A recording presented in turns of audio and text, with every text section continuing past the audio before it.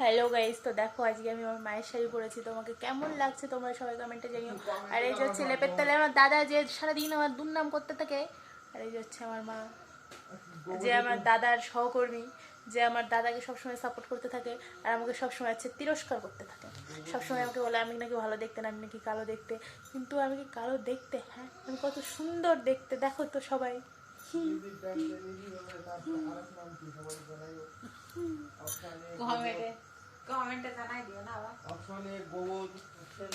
আর শাড়িটা হচ্ছে আমার মায়ের শাড়ি।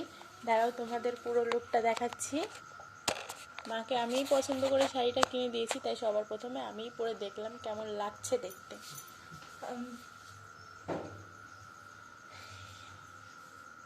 আর ব্ল্যাক কালারের ব্লাউজটা আমার আগের শাড়িরই ছিল।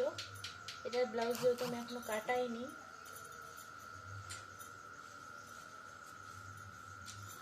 তো আজকের ভিডিওটা এই পর্যন্তই থাক, দেখা হচ্ছে নেক্সট ভিডিওতে। টাটা।